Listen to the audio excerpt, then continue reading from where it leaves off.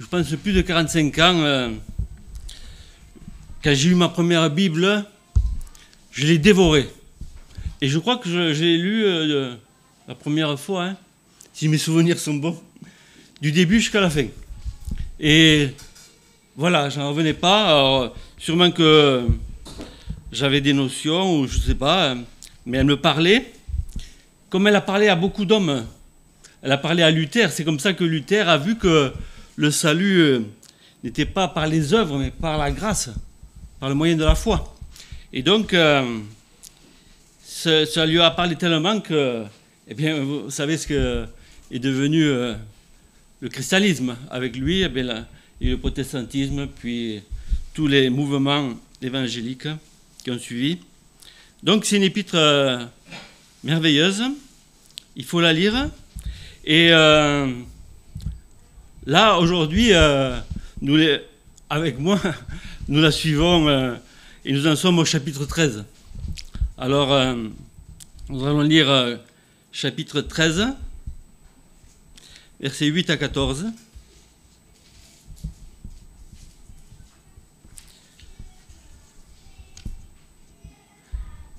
Ne devez rien à personne, si ce n'est de vous aimer les uns les autres, car celui qui aime les autres a accompli la loi. En effet, les commandements, tu ne commettras point d'adultère, tu ne tueras point, tu ne déroberas point, tu ne convoiteras point, et ce qu'il peut encore y avoir se résume dans cette parole, tu aimeras ton prochain comme toi-même. L'amour ne fait point de mal au prochain. L'amour est donc l'accomplissement de la loi. Cela importe d'autant plus que vous savez en quel temps nous sommes. C'est l'heure de vous réveiller enfin du sommeil, car maintenant le salut est plus près de nous que lorsque nous avons cru.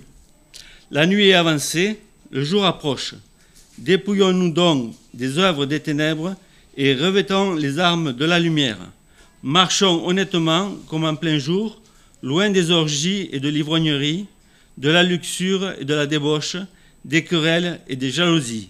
Mais revêtez-vous du Seigneur Jésus-Christ et n'ayez pas soin de la chair pour en satisfaire les convoitises.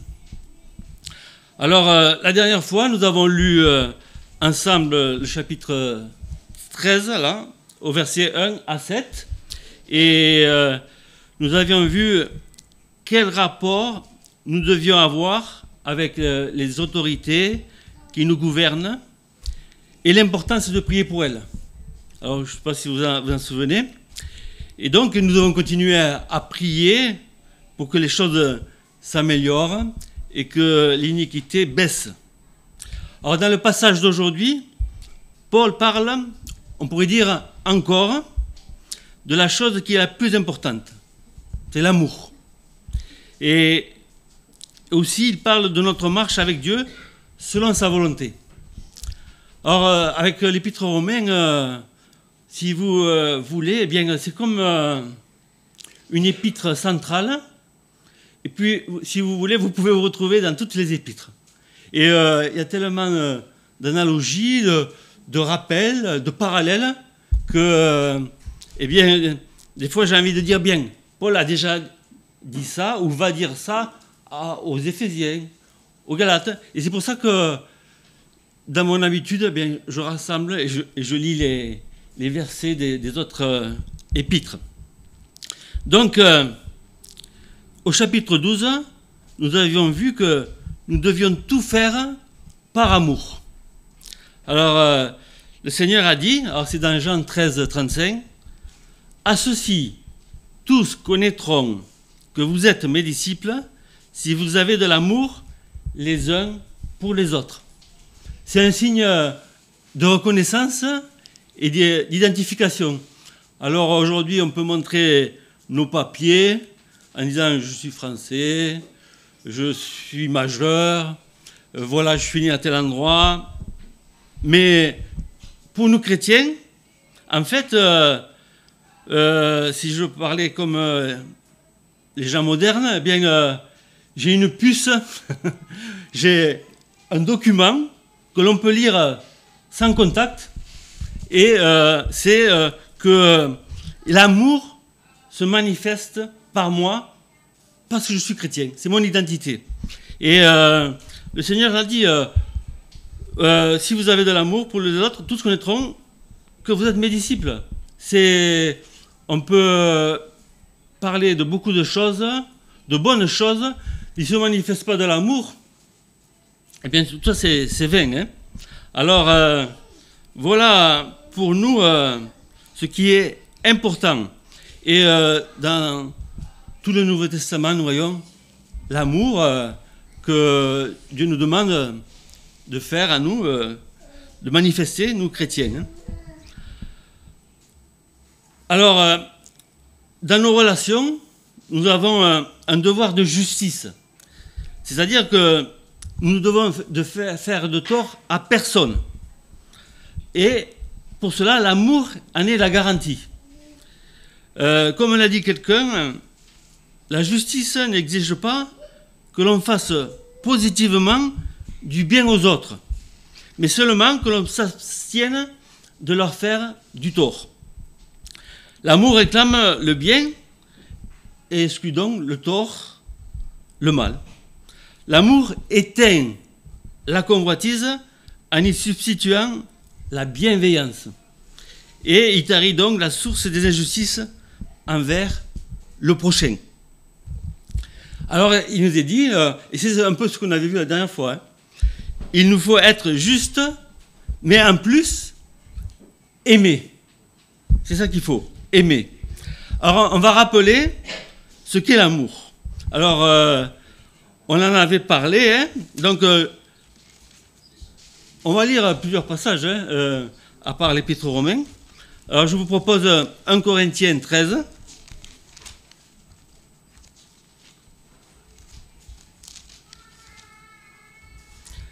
Alors, ça c'est, quand on parle de l'amour, on prend ce passage. Hein.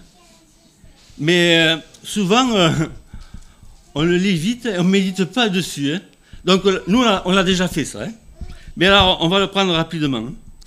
Il nous est dit au verset 4, « L'amour est patient. » Alors, peut-être quand notre prochain nous fait du tort, il est patient. « L'amour est plein de bonté. » Peut-être en étant au service des autres. L'amour n'est point envieux. Il ne se vante point. Il ne s'enfle point d'orgueil. Il ne fait rien de malhonnête. Il ne cherche point son intérêt. Il ne s'irrite point. Il ne soupçonne point le mal. Il ne se réjouit point de l'injustice. Il se réjouit de la vérité. Il excuse tout, parce qu'il croit tout. Verset 7, il espère tout. Alors, il espère tout pour quelqu'un, pour le triomphe de la vérité. Il espère du bien. Et il espère aussi la victoire finale de Christ. Il espère tout. Et verset 7 encore, il supporte tout, sans se lasser, avec persévérance. Alors, là, je l'ai dit vite, hein, comme on peut le lire vite chez nous, mais aussi, on avait déjà médité là-dessus. Alors, nous avons vu tout cela avec plus de détails. Mais je vous encourage justement à méditer ce passage chez vous et ce qui est important, à le mettre en pratique. Alors,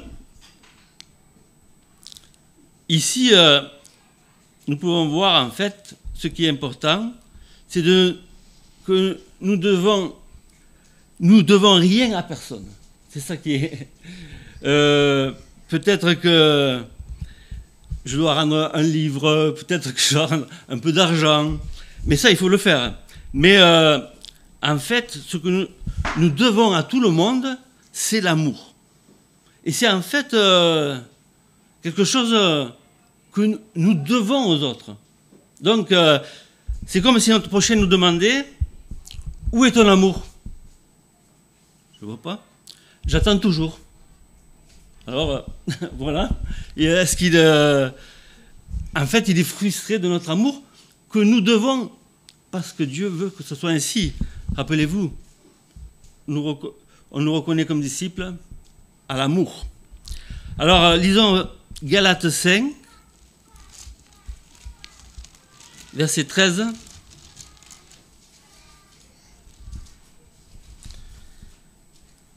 et 14. Frères, vous avez été appelés à la liberté. Seulement, ne faites pas de cette liberté un prétexte de vivre selon la chair, mais rendez-vous par l'amour, serviteurs les uns des autres. Car toute la loi est accomplie dans une seule parole, celle-ci, tu aimeras ton prochain comme toi-même. Alors beaucoup veulent accomplir la loi pour être approuvés de Dieu. Eh bien qu'ils aiment. Vous voulez accomplir la loi? Aimez. Alors la parole de Dieu nous dit que nous sommes désormais sous la grâce. Alors on peut lire ce passage de Romains 13 que je vous ai lu au début, et juste les versets 8 à 10.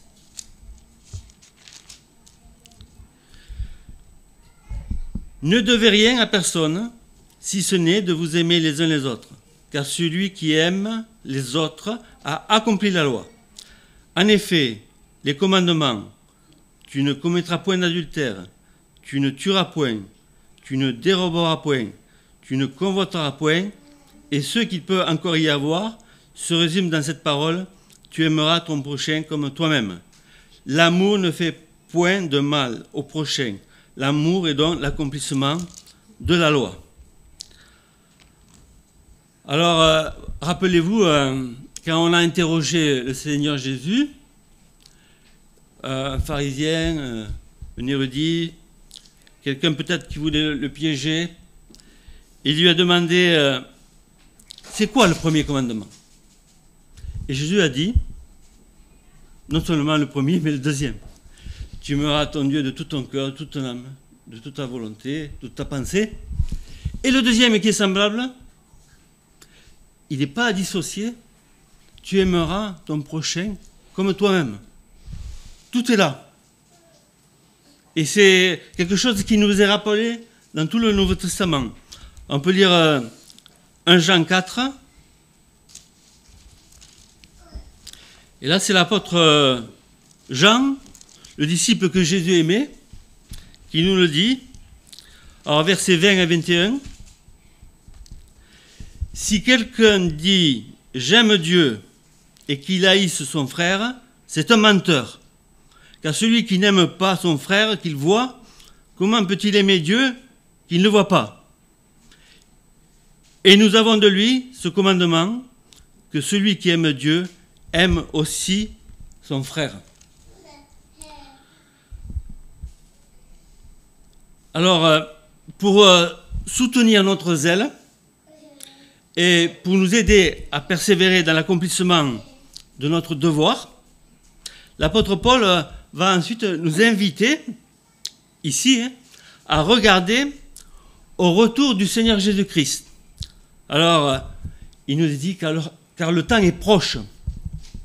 Alors, Romains 13, verset 11, la première partie, « Cela importe d'autant plus que vous savez en quel temps nous sommes. » Voilà.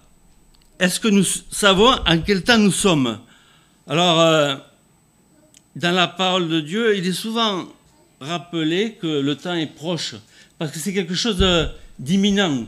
Ça peut arriver n'importe quand, et peut-être que les apôtres étaient là à attendre.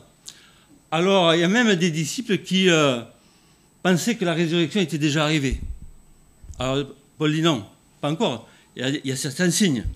Et disons que ça, c'est un encouragement. Quand on pense, on peut prendre tout ce qu'on attend dans la vie, hein, que ce soit au quotidien ou peut-être plus tard, on se dit, bien, le bus va arriver. Ou le train. Est-ce qu'un bus arrive à l'heure?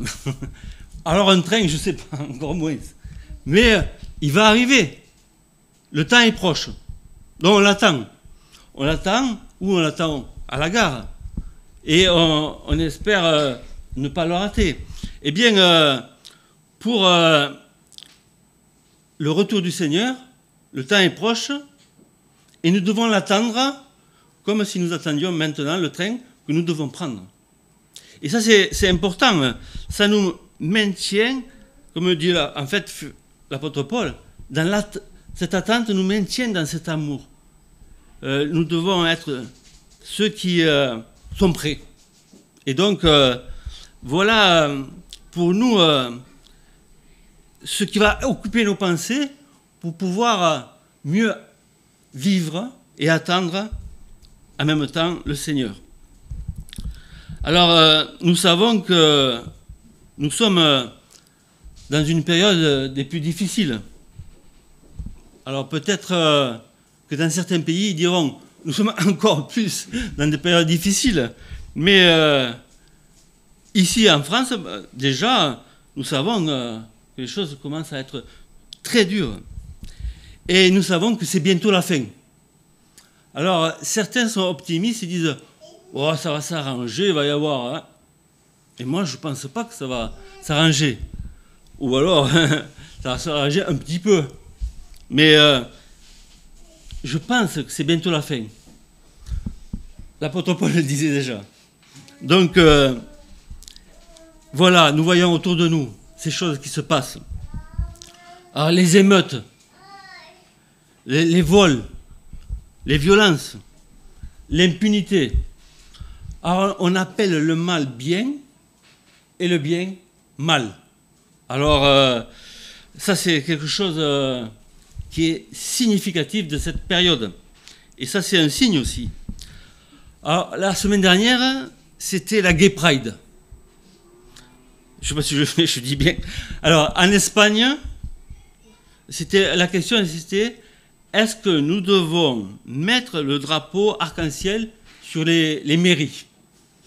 Alors, voilà, il y en a qui la mettaient, il y en a qui ne la mettaient pas. C'était... Et il y a eu donc, ça s'appelle pour eux la fierté d'être différent, LGBT+. Et alors, donc ça c'était la semaine dernière. Mais alors, j'ai regardé le programme de télé, et je voulais noter, mais j'ai dit non, il y en a trop. Alors à la télé, ça c'est en France, hein, sur plusieurs jours, des spectacles peu recommandables. Des drag queens invités, encouragés, on nous exhorte à aller les voir, c'est merveilleux. Ensuite, des films de plus en plus avec des sujets sur l'homosexualité, des histoires d'homosexualité, des feuilletons, des interviews. Alors, j'étais étonné par l'immense publicité pour tout cela. Et je ne sais pas si j'ai regardé le programme de cette semaine, mais ça continue un peu. Et de plus en plus, c'est sur ce thème. Et si vous vous rappelez, c'est ce que Paul disait au chapitre, les premiers chapitres. Il disait que, en fait, Dieu a livré à l'impureté, à l'homosexualité, tous ceux qui ne veulent pas de Dieu. Paul en parle dans Romains, hein. Et donc, et ça va continuer. Alors, je vais vous dire quelque chose. Si quelqu'un du monde m'entend, eh bien, il va se braquer contre moi, suivant quoi, il va faire une manifestation contre moi, suivant quoi, il va m'amener en procès parce que j'ai dit ça. On n'a plus le droit de dire ça, et cette pub est faite pour qu'on accepte de plus en plus. Ça, c'est évident. Et donc, ça veut dire que ce que Paul dit au premier chapitre, eh bien, on ne peut plus le dire. Et même beaucoup de choses qu'il dit dans Romains et dans d'autres, dans la Bible, il va falloir déchirer des pages si on veut. Si on veut être en accord avec les autorités, avec le monde. Donc, pour nous, c'est important de savoir en quel temps nous sommes. Et est-ce que ça va revenir en arrière? C'est mondial. J'ai parlé de l'Espagne, c'est la France, mais c'est partout. Ça vient d'Amérique, San Francisco, ça vient de... C'est partout, dans tous les pays. En Afrique même, disons que dans des endroits où la nourriture est plus importante que tout, eh bien, on se préoccupe de ça. Alors, revenons dans Romains 13, 11. Il est évident que le salut est près de nous. Il est dit, cela importe d'autant plus que vous savez en quel temps nous sommes. C'est l'heure de vous réveiller enfin du sommeil, car maintenant le salut est plus près de nous que lorsque nous avons cru. Alors, jeudi, au marché, il y a un marchand que je connais, régulièrement, mais il ne me parle pas tous les jeudis, même il ne me dit rien, même pas bonjour. Et de temps en temps, c'est tous les 2 mois, je ne sais pas, il vient me voir. Alors, c'est la fin, c'est ceci. Alors, ça y est, et là, il a dit ce jeudi, c'est maintenant, c'est fini. On a quitté l'ère du poisson, on est à l'ère du Verseau. Et ça y est. Alors, je l'avais dit une fois, mais il a déjà prédit la fin du monde le 22 février 22. Et là, il dit c'est le 29 septembre et en octobre. Alors, je l'ai écouté, j'écoutais, et en fait, je crois que ce qu'il faut faire, c'est quand il dit quelque chose de vrai, il dit oui, ça je suis d'accord. Voilà. Et alors, donc, en fait, il dit, ça, tout ce qui s'est passé là, les émeutes, tout ça, c'est rien. Et les gens vont se réveiller, et puis ça sera trop tard, il va y avoir un fléau, je ne sais même pas ce qu'il disait, mais avec violence. Mon voisin disait, après qu'il soit parti, il dit, t'as de la patience. Moi, je l'ai envoyé promener. Il me dit ça, et mon voisin m'a dit, on dirait que ça lui fait plaisir qu'il arrive tout ça. Nous, ça ne nous fait pas plaisir que ça arrive tout ça. Je pense que j'en reparlerai avec lui en octobre, mais là, je signalerai combien de fois il s'est trompé. Mais il n'a pas peur de dire ça à n'importe qui. Un client, il dit, un client, n'importe quoi, même, on peut se dire, si j'étais client, je lui achèterais, je partirais. Mais non. Et alors, il vend des bons produits. Et alors, là, eh bien, lui, il attend la fin. Et nous, est-ce qu'on attend? Alors, il faut nous réveiller, nous dit l'apôtre Paul. C'est important de nous réveiller. Le Seigneur a dit, vous n'êtes pas du monde, mais vous êtes dans le monde. Et il ne veut pas nous sortir du monde. Et il veut que nous soyons dans le monde pour rendre témoignage et manifester cet amour. Ça, c'est important. Alors, on se réveille pourquoi? Eh bien, on se réveille pour aller travailler. C'est ça que... pourquoi on se réveille? On se réveille avant qu'il soit trop tard. Et on se réveille pour les inconvertis. On se réveille pour nous. Alors, on va voir quelque chose de tout cela. Sans doute qu'une chose importante, c'est de manifester notre amour en annonçant l'Évangile. Alors, je pourrais dire presque, si nous n'annonçons pas l'Évangile, eh bien, nous ne manifestons pas l'amour de Christ. Parce que c'est le seul moyen pour que les âmes soient sauvées. Donc, il faut l'annoncer. C'est comme si on disait, peu m'importe qu'il aille en enfer, celui-là. Peu m'importe que Dieu le punisse. Puisqu'il est comme ça. Mais peut-être nous ne nous souvenons pas comment nous étions autrefois. Hein. C'est comme un examen. Alors, certains viennent d'avoir le bac, hein. D'autres ont eu des examens.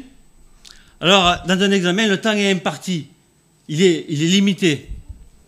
Alors, ça oblige à être diligent, concentré efficace à aller à l'essentiel. Alors, je me rappelle quand j'étais en licence d'espagnol, j'avais rien étudié sur Don Quichotte de Cervantes. C'est une œuvre maîtresse pour être prof d'espagnol. Hein. Je ne l'avais même pas lu. Et j'avais 4 heures. Et j'avais tellement honte, de partir de suite, que j'ai attendu 4 heures sans rien dire, sans rien bouger. Mais je voyais d'autres qui étaient déjà, ils étaient déjà professeurs et qui prenaient de leur sacoche des pompes, comme on dit, et qui notaient et qui rapportaient des trucs. Mais là, on voyait l'importance de cet examen pour lui. Et pour moi, il n'était pas important. Mais donc, ça, c'est notre attitude. On peut avoir plusieurs attitudes face à ce qui est important. Est-ce que nous avons témoigné, annoncé l'Évangile à tous ceux que le Seigneur a mis sur notre route, à notre famille? Alors, est-ce que nous comprenons qu'il pourrait être trop tard?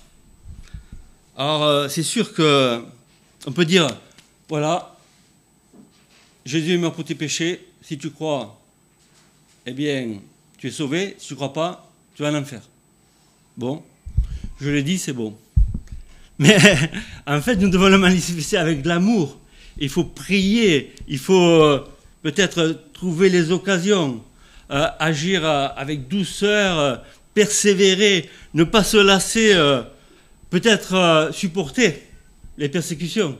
Regardez, l'amour, ce que c'est, hein, il supporte tout.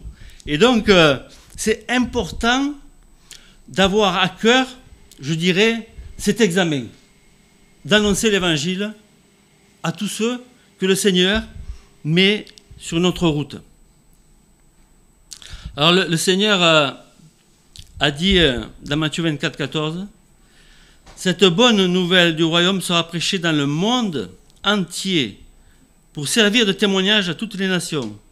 Alors viendra la fin. » Voilà, donc la fin, elle arrive quand l'Évangile est annoncé. Alors peut-être pas individuellement, mais d'une manière générale, dans le monde entier. Donc, est-ce que le monde a reçu l'Évangile? Est-ce qu'il a entendu l'Évangile? Ben oui. Encore, on traduit dans des langues, mais on traduit à des langues qui sont rares. Mais on a annoncé l'Évangile. Hein. Les missionnaires annoncent l'Évangile, et puis ils traduisent le Nouveau Testament, un passage, etc. Mais donc, on pourrait dire, ben ça y est, hein, l'Évangile est annoncé. Mais pour nous, l'Évangile annoncé, c'est à ceux qui sont autour de nous. Alors, on peut lire une exhortation qui se rapporte aussi à ce passage de Romains. C'est dans 1 Thessaloniciens.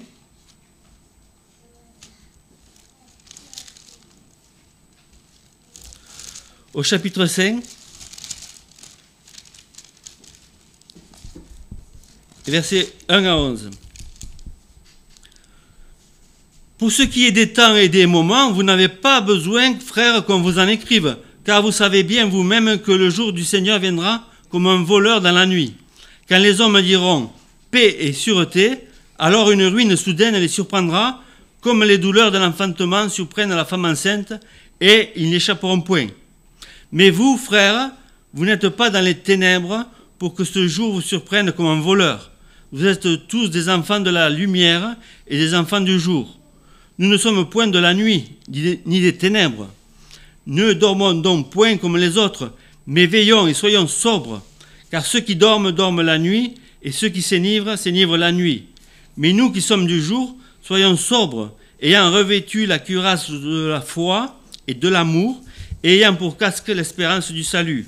Car Dieu ne nous a pas destinés à la colère, mais à la possession du salut par notre Seigneur Jésus-Christ, qui est mort pour nous, afin que, soit que nous veillions, soit que nous dormions, nous vivions ensemble avec lui. C'est pourquoi exhortez-vous réciproquement et édifiez-vous les uns les autres, comme en réalité vous le faites. Alors ça c'est la première chose, on se réveille pour œuvrer, mais on se réveille aussi pour hâter notre sanctification. Et pour ne pas perdre de temps dans l'œuvre que Dieu a fait en nous. Alors, je vais vous lire quelques passages. D'abord dans 2 Corinthiens 7:1. Alors il est dit, « Ayant donc de telles promesses, bien-aimés, purifions-nous de toute souillure de la chair et de l'esprit, en achevant notre sanctification dans la crainte de Dieu. » Alors maintenant, un passage dans Galates, chapitre 5, versets 18 à 25. « Si vous êtes conduits par l'Esprit, vous n'êtes point sous la loi. Or, les œuvres de la chair sont évidentes.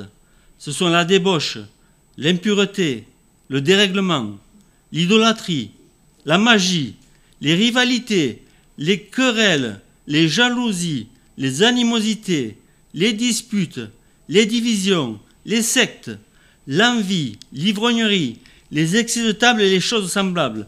Je vous dis d'avance, comme je l'ai déjà dit, que ceux qui commettent de telles choses n'hériteront point le royaume de Dieu. Mais le fruit de l'esprit, c'est l'amour, la joie, la paix, la patience, la bonté, la bienveillance, la foi, la douceur, la maîtrise de soi. La loi n'est pas contre ces choses. Ceux qui sont à Jésus-Christ ont crucifié la chair avec ses passions et ses désirs. Si nous vivons par l'Esprit, marchons aussi par l'Esprit. Alors dans Romains 13, verset 12-13, il est dit « La nuit est avancée, le jour approche. Dépouillons-nous donc des œuvres des ténèbres et revêtons les armes de la lumière.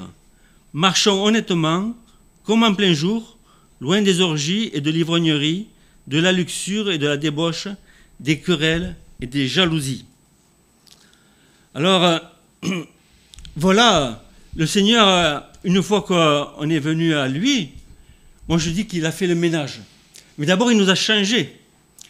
Et petit à petit, il fait son œuvre et il nous purifie. Et vous savez que chaque fois que nous péchons, eh bien, nous pouvons aller à Christ parce qu'il nous purifie par son sang, s'il ne nous demande pas pardon, sans cesse. Et en fait, on ne peut pas se présenter devant Dieu avec un péché. On ne peut pas dire « Seigneur, exauce-moi » alors que notre vêtement est sale. Alors ça rappelle un passage dans Zacharie, et ça peut aussi nous aider à comprendre. Dans Zacharie, chapitre 4,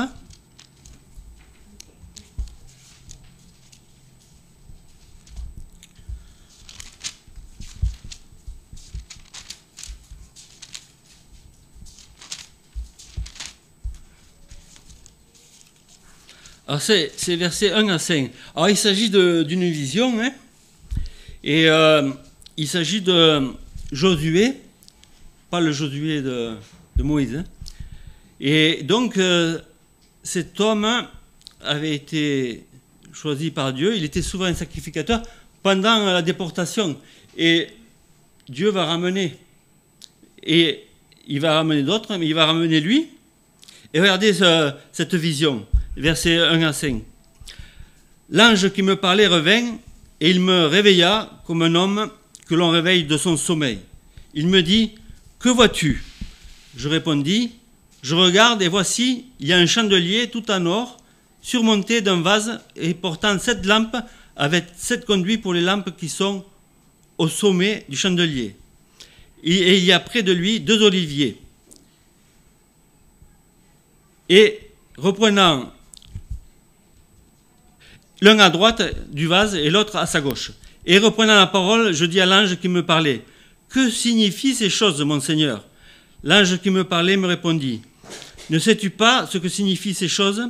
Je dis « Non, mon Seigneur. » Alors il reprit et me dit, « C'est ici la parole que l'Éternel adresse à Zorobabel. Ce n'est ni par la puissance, ni par la force, mais c'est par mon esprit, dit l'Éternel des armées. Qui es-tu, grande montagne, devant Zorobabel?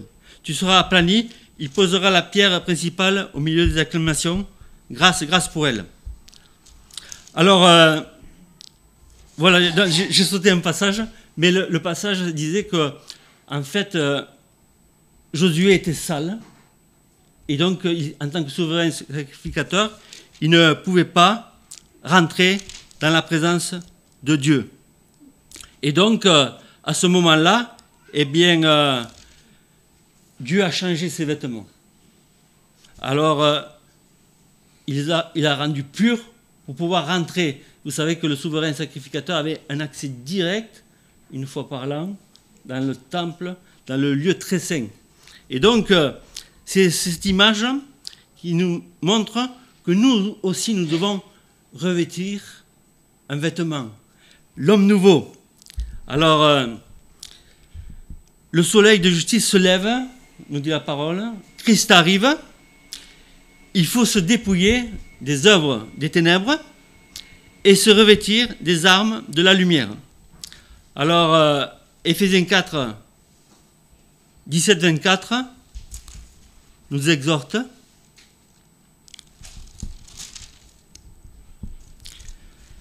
Voici donc ce que je dis et ce que je déclare dans le Seigneur.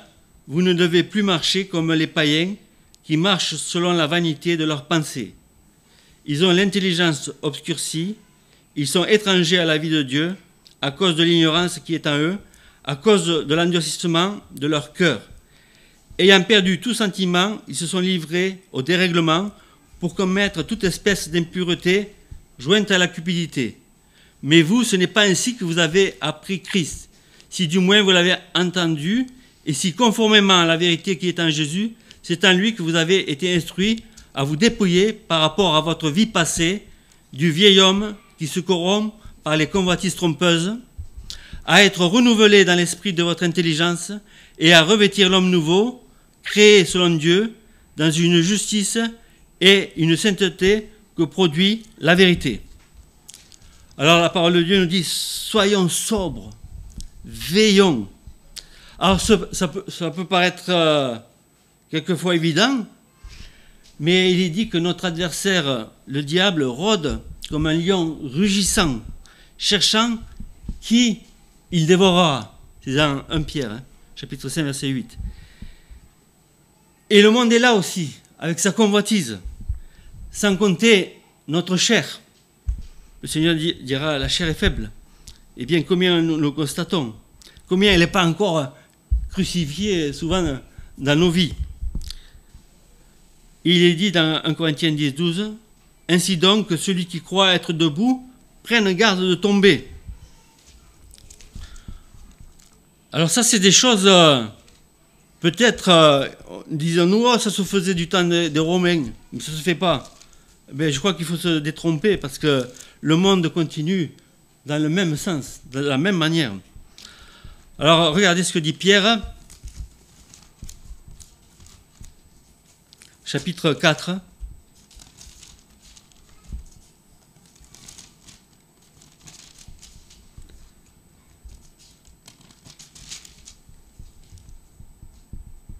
« 17-18. Car c'est le moment où le jugement va commencer par la maison de Dieu. Or, si c'est par nous qu'il commence, quelle sera la fin de ceux qui n'obéissent pas à l'évangile de Dieu? Et si le juste se sauve avec peine, que deviendront l'impie et le pécheur? Que deviendront l'impie et le pécheur? Que deviendront nos enfants, nos parents, nos familles, nos amis, nos voisins, nos connaissances? Alors regardons ici dans Romains, retournons dans notre passage de Romains.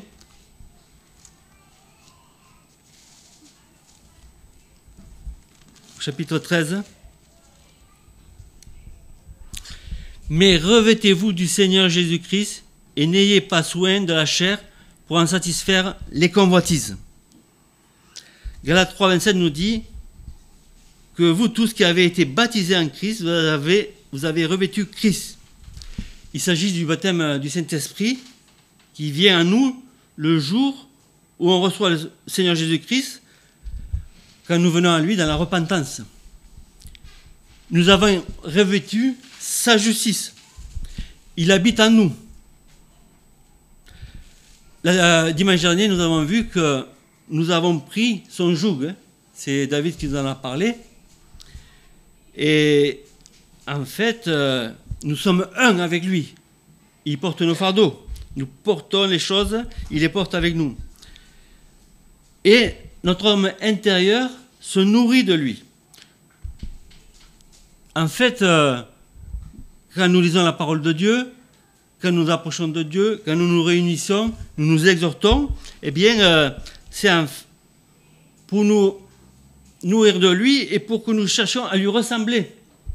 Donc, par sa connaissance, par sa parole qui nous aide à le connaître. Autrefois, j'avais un livre qui s'appelait Jésus-Christ dans les psaumes. Et je l'ai perdu. Je me dis, j'aimerais bien le relire parce que souvent, ça m'échappe, Jésus-Christ dans les psaumes. Alors bon, si quelqu'un là, il peut me le prêter. C'est un vieux livre. Il n'est plus publié, je crois. Alors aujourd'hui, j'ai un livre dont le sous-titre, c'est « Un guide pour découvrir Christ dans l'Ancien Testament ». Donc, peut-être qu'il remplacera celui que j'ai égaré, ou prêté, ou donné, je ne sais pas. Et donc, chercher Christ dans la parole de Dieu pour lui ressembler, parce qu'en fait, plus on fréquente des gens, plus on leur ressemble. Ils déteignent. On déteigne sur eux peut-être, mais ils déteignent sur nous. Mais Christ doit vraiment être à nous et nous devons refléter Christ. Quand un jour un enfant a ouvert la porte à un chrétien, qu'on appelait le Sadhu Sundar Singh, certains peut-être ont lu sa biographie, il a dit qu'il y avait Christ qui attendait à la porte. Il croyait voir Christ à la porte en voyant ce chrétien. Alors, la prière pour chacun de nous, c'est que le Seigneur fasse qu'on lui ressemble dans notre conduite. Même, attendre le Seigneur va nous aider. Et même Pierre dit, attendez et hâtez l'avènement du jour de Dieu. Donc, c'est quelque chose qui nous est donné, non seulement pour être prêts, mais pour que les choses aillent plus vite. On peut lire 1 Pierre 1.